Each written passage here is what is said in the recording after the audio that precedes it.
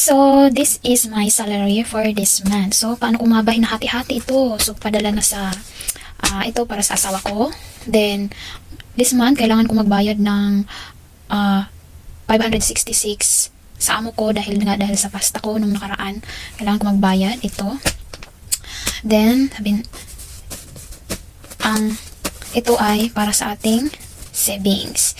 Ito guys. Then ito yung yung butal na lang yung yung budget natin sa sarili natin. O diba? Kaya ayaw na ayaw ko day off ng mag-day off. Kasi nakadepende yung day off ko sa natitira sa akin. So, ganito ako mag-budget sa aking sahod. More sa savings dahil kasi hindi tayo habang buhay. Nandito sa abroad, kailangan dapat marunong tayo tabi. For today's video dahil, i-reveal natin kung magkano ang ating sinahod this month. This month lang dahil ha. O, ayan. Hi everyone! Welcome back again to my channel. This is Taiwan Vlog. So for this video dahil ay sahod reveal tayo dahil. So today is payday. Magkano nga ba ang sinahod natin this month? So before yan, may isa akong subscriber na nag-comment kung kailan daw naging effective ang salary increase ng mga domestic helper this year. So, ang minimum wage ng mga domestic helper ngayon dito sa Hong Kong is 4,870. Effective siya noong September 30, 2023. So, kung nagperma ka ng October 1, pasok ka na sa 4,870 na sahod dito sa Hong Kong. So, paano naman yung mga yung mga datihan na tataasan pa rin ba ni amo or follow pa rin yung contract? So, ito kung gusto ni amo na taasan ka, pwede. Kung gusto ni amo, susundin lang yung napirmahan mo sa kontrata, pwede rin. So, syempre, huwag ka na mag-expect. O, diba? Bonus na lang kung dagdagan ka ni amo.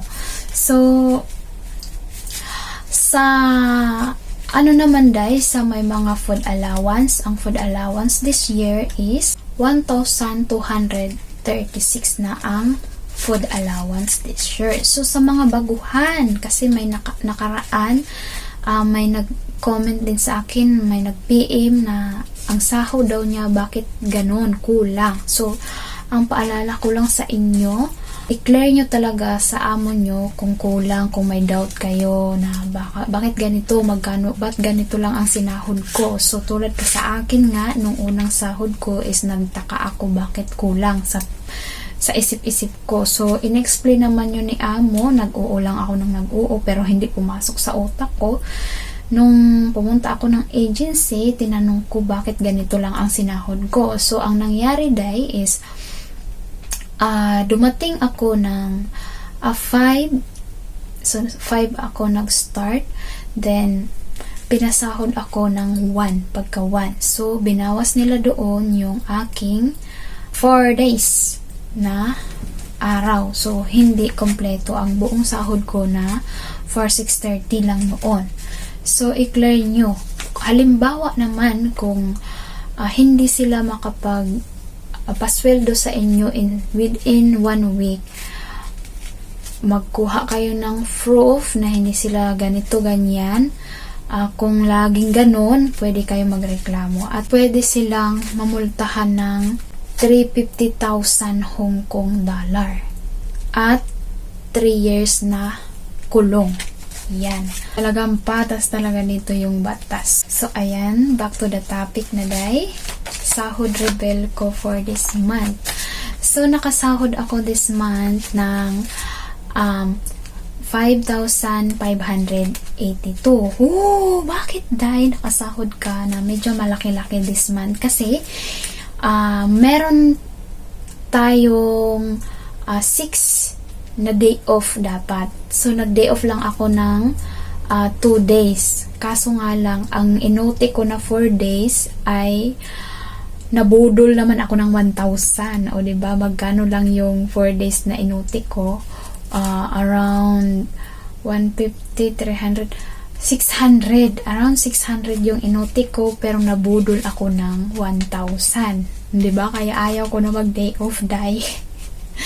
So, nakasahod tayo ng 5,582 for this month. Kasi nag-OT nga tayo ng 4 days. Pero, ang original ko na sahod is 4,930 day ang sahod ko sa pangalawang kontrata ko na.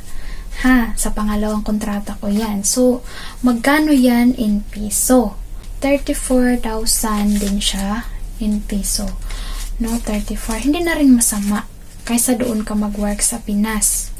So, sa Pinas, bibihira makasahod ka ng ganyan. Lalo tulad ko na high school graduate lang at factory worker lang doon. Diyos ko. O, diba? So, arang-arang na nandito ako sa Hong Kong nagwo-work. So, medyo makakaipon talaga tayo. Basta, iwasan lang yung pagde-day off na nabubudol ka. So, magano nga yung 5,582 na sahod? Umabot din siya ng 39,000.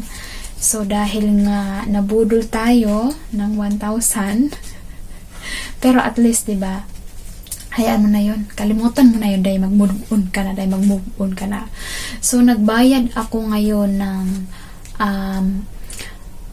dahil nagpapasta nga ako last time, kailangan ko magbayad sa amo ko ng 566. Then, sa Pinas, nagpadala ako.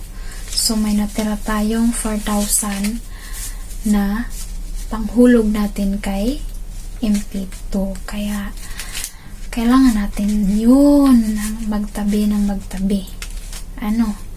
So, dapat marunong talaga tayong magtabi sa sarili natin. Kailangan talaga natin, dapat matuto talaga tayo magtabi, kasi hindi habang buhay nandito tayo sa abroad nagtatrabaho. So, ipit-ipit din talaga. Kaya ako dahil dinediretso ko doon para hindi ko na magalaw. Kasi ako, alam nyo na ako, mabilis maloko. O, diba? Nabudol pa tuloy. Minsan na nga lang lumabas. Ayan, nabudol pa. O, diba? So, manahimik na lang ako dito. Magtrabaho na lang ako dito. Lagi, no? Pero, nakakapagod din masyado. Mukha na akong tikla. So, simba-simba din.